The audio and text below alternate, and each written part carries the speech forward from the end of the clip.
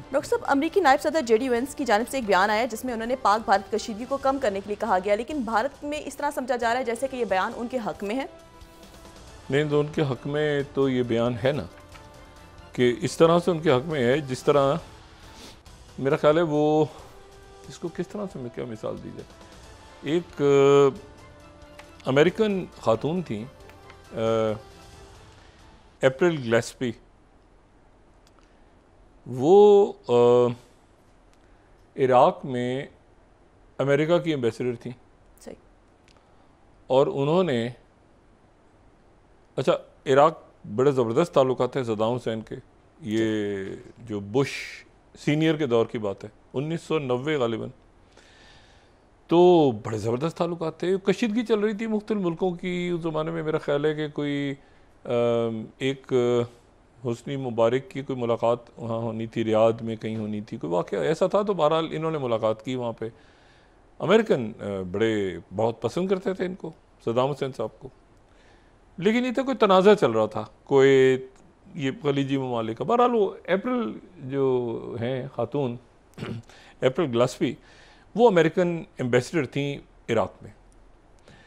तो उन्होंने आके सद्दाम हुसैन से मुलाकात की और सद्दाम हुसैन साहब से उन्होंने बात की। अच्छा, बात उनकी जो थी वो कुछ इस तरह से थी, उसके मुख्तलिफ बहुत सारे मुसव्वदे आ चुके हैं इस प्रोग्राम में, मैं उसको बहुत दफ़ा डिस्कस कर चुका हूँ माजी में, इसलिए मैं उसको ज़्यादा डिटेल में नहीं जा। हुआ ये कि उन्होंने बात जो है वो सद्दाम हुसैन से कुछ और की। सद्दाम हुसैन ये समझे कि मुझे इन्होंने इशारा दे दिया है अमेरिकन ने कि कुवैत पे चढ़ाई कर दो। अब वो जो अप्रैल ग्लेस्पी हैं वो जाहिर है कि वो अगले दिन, अच्छा, अमेरिकन ने शायद ये मैसेज भेजा था, नहीं भेजा था, आज तक ये एक पुरस्रारियत है। क्योंकि कई साल बाद जो है वो जो अप्रैल ग्लेस्पी आई तो उन्होंने कहा कि ये जो फेल्ड पॉलिसीज़ थी जेम्स बेगर की, तो मुझे इन्होंने रगड़ा लगा के स्केपगोट बना दिया। मैंने तो ये बात ही नहीं की थी, मेरा तो वो जब डी क्लासीफाई हुआ हेयरिंग, लेकिन उस वक्त तक कहीं दुनिया कहीं की कहीं पहुंच चुकी थी। अगले दिन इन्होंने, सद्दाम हुसैन साहब ने कहा कि अमेरिका ने मुझे कह दिया है पै जाओ कुवैत के ऊपर, तो मैं पै गया हूँ। तो पैते ही वो अमेरिका ने जो है वो पहली खलीजी जंग शुरू हो गई है। मतलब उसके बाद तो सद्दाम हुसैन को समझ ही नहीं है ना हुआ क्या है। ये तेल के कुओं का जो इशू था, पहली खलीजी जंग, तो ये इस बात के, मतलब मैं नहीं चाहता कि जेडी वेंस जो है वो दूसरे अप्रैल ग्लेस्पी बने, तो इसलिए इनको ज़रा वाज़ेह तौर पे बता दें कि उन्होंने क्या कहा। इनको शायद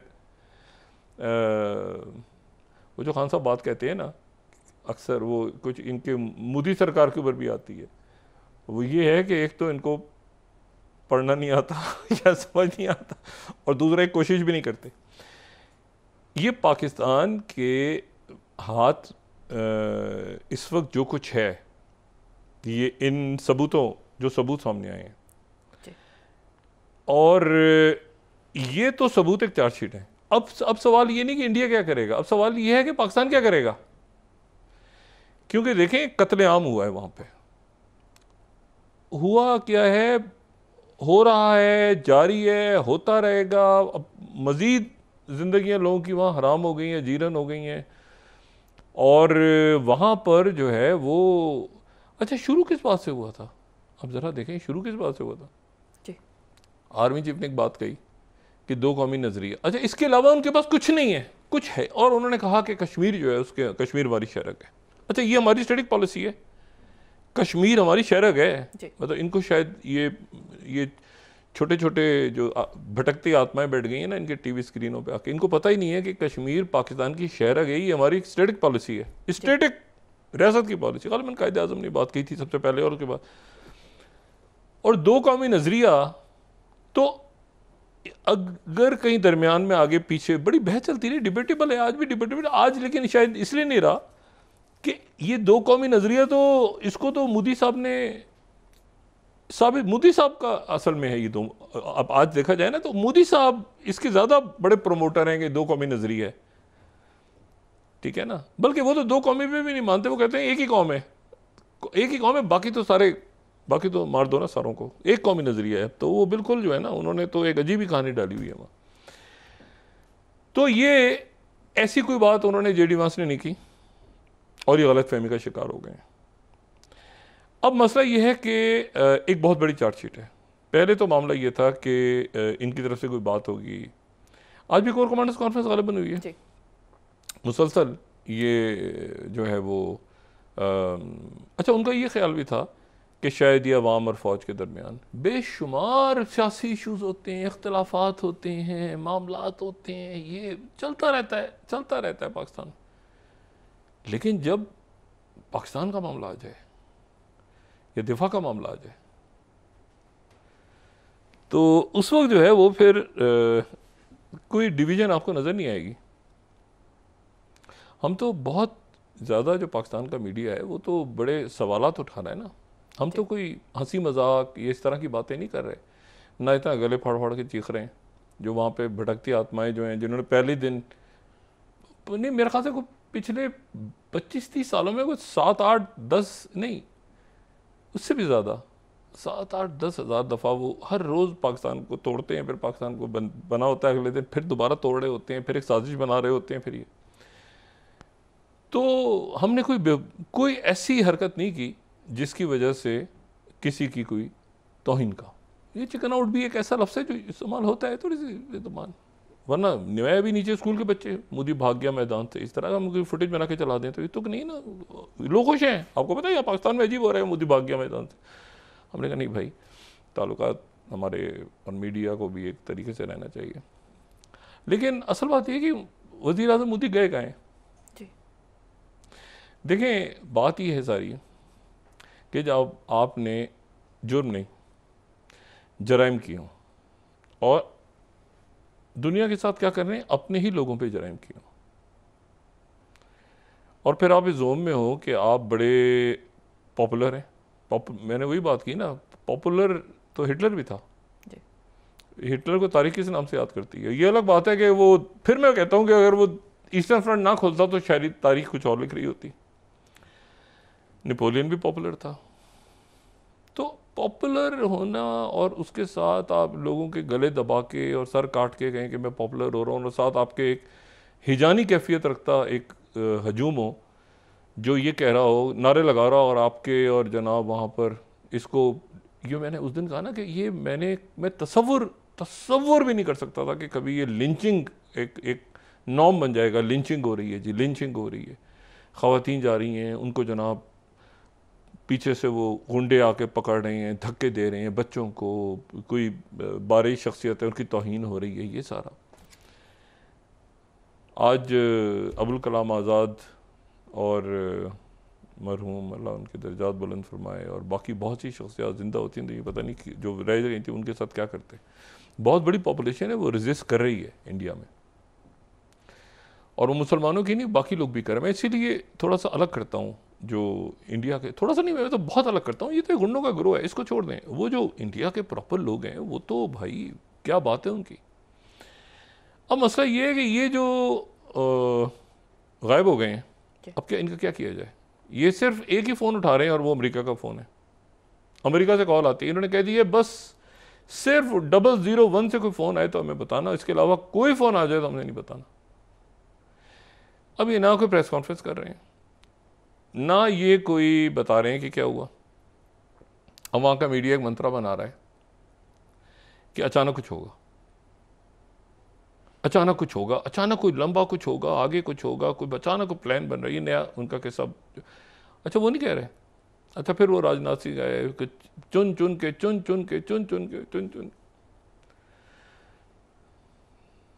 जो कहना नहीं चाहिए। ये जब चाइना के साथ झड़प हुई थी ना इनकी, एक रूल्स बड़े रुथलेस हैं जो चाइना के साथ इनके रूल्स, यहाँ पे साबिका आनजहानी एलएसी जो थी, अब तो एलएसी ख़त्म हो चुकी है, अभी तो पता ही नहीं वो गई कहाँ। तो बड़े रुत वहाँ पे कानून ये है कि आपने हथियार लेके पेट्रोलिंग नहीं करनी, डंडों के साथ करनी है। ये बड़ा अजब सा एक इन्होंने खुद ही बैठ के कानून तैयार किया था। तो जब ये झड़प हुई ना जून 2020 में, तो इनके फौजी जानों से गए इंडिया, तो उनकी चाइना के लोगों ने डंडों से मारा। तो ऐसा डंडों से कैसे मारा? उन्होंने कहा जी अच्छा, इनका कहना ये है चाइना इसकी तरदीद करता है वो कहते हैं डंडों से इस तरह मारा कि उन्होंने कहा रूल ये था ना कि डंडे होंगे, सिर्फ इंडियन फौजियों को डंडों से मारा, जिसमें कीलें लगी थी या पता नहीं कीलें थी या नहीं थी, वैसे ही डंडों से मारा पड़ा। और कितना रुथलेस है मामला, यानी ये तो अजीब से जगह पे सारा चला गया। अच्छा, यहाँ पे हाई अलर्ट है। हाई अलर्ट ये है कि ये किसी वक्त कुछ ना करें। अच्छा, ये भी इतला है कि यहाँ पर इन्होंने कुछ करने की कोशिश की और उसके नतीजे में कुछ ऐसा हुआ इनके साथ जो अभी तक डिस्क्लोज़ ये नहीं कर रहे, और यहाँ से भी डिस्क्लोज़ नहीं हो रहा, लेकिन कोई इनकी तरफ कोई नुकसान वगैरह हुआ है। वो मतलब है कि कोई एयरक्राफ्ट वगैरह का नहीं, कोई जानी नुकसान कहीं किसी पोस्ट वोस्ट पे या कोई झड़पें हो रही हैं यहाँ पे, तो वो ये थोड़ा सा रिस्ट्रेन हो रहे हैं। लेकिन जवाब तो अपनी कौम को देना पड़ेगा, दुनिया को भी देना पड़ेगा। पहले तो आपको अपनी कौम को जवाब देना पड़ेगा कि क्या हुआ। अच्छा, ये बातें सामने आ जाएंगी।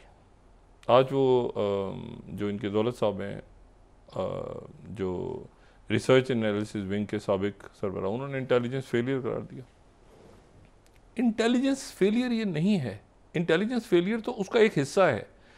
दूसरा हिस्सा ये है कि वहाँ पर 370 के बाद तो गज़ा की तरह ये अपने आप को मिलाते हैं ना, नेतन्याहू को कॉपी करते हैं। तो आपको पता है कि फ़लस्तीन, मैं बिल्कुल हमास के साथ अक्टूबर के इक़दामात की मैं सख्ती से मज़म्मत कर रहा हूँ, मगर वो एक जेल में लोग बंद थे, एक दुनिया का सबसे बड़ा जेल। और ये जब, मैं पहले भी बात कर चुका हूँ कि ये जब खुला ना ये कुछ अरसे के लिए गज़ा का रास्ता, तो वहाँ पर अंदर जाने का, हम यहाँ से गए थे और भी पाकिस्तान से थे हमारे कलीग, तो अंदर हम गए तो वो ऐसा लग रहा था कि उन लोगों को पता ही नहीं कि ये इससे बाहर के जहाज़ कैसे होते हैं, रेल कैसी होती है। मतलब उनको आप परेशान होंगे कि इन्होंने सारी ज़िंदगी इसी जगह पे गुजार दी है अपनी। ये तो आप समझें कि ये फ़लस्तीन की तरह का ही इन्होंने मॉडल रिप्लिका इन्होंने किया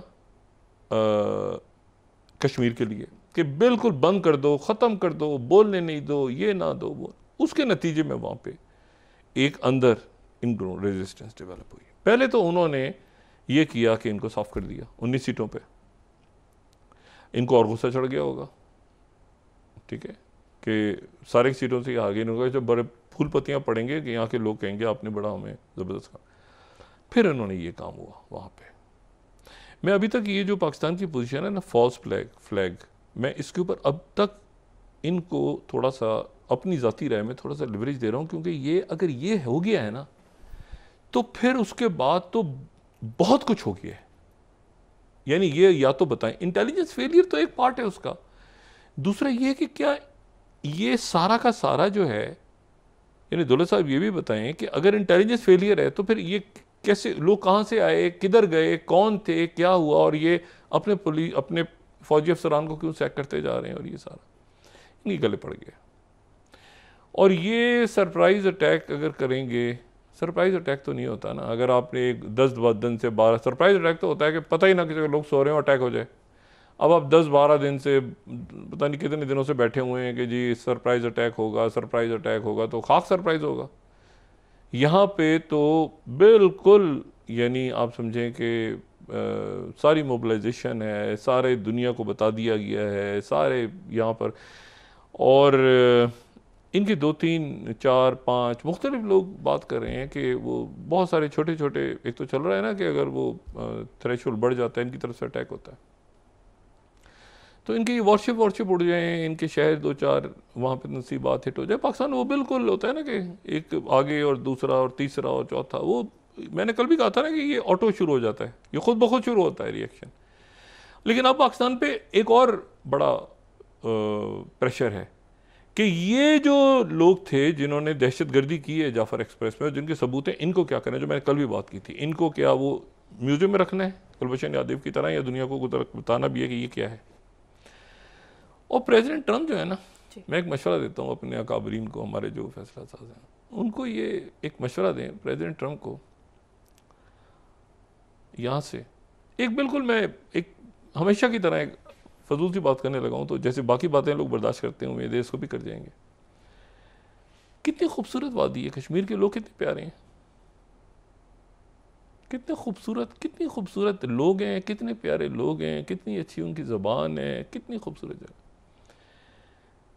तो ये ज़रा पाकिस्तान की थोड़ी मदद ना भी करें तो न्यूट्रल हो जाएं, और उसके बाद हम इनको दावत देंगे कि आके यहाँ पे जो मकबूजा कश्मीर जब आज़ाद कश्मीर हो जाएगा तो यहाँ के कोई ट्रम्प टावर वगैरह बनाए, पीते पीते काटें, लोगों को देखें ना। मतलब इस तरह के माहौल में तो अब नहीं जा सकते ना कि जहाँ पर लोगों की जानें महफूज नहीं है, जहाँ लोगों को मारा जा रहा है, जहाँ पर 2 लाख फौज तहफ़्फ़ुज़ नहीं फराम कर सकती। ऐसी जगह तो नहीं जा सकते आप। ऐसी जगह तो आप तभी इन्वेस्टमेंट कर सकते हैं कि जब वो महफूज इलाके हों।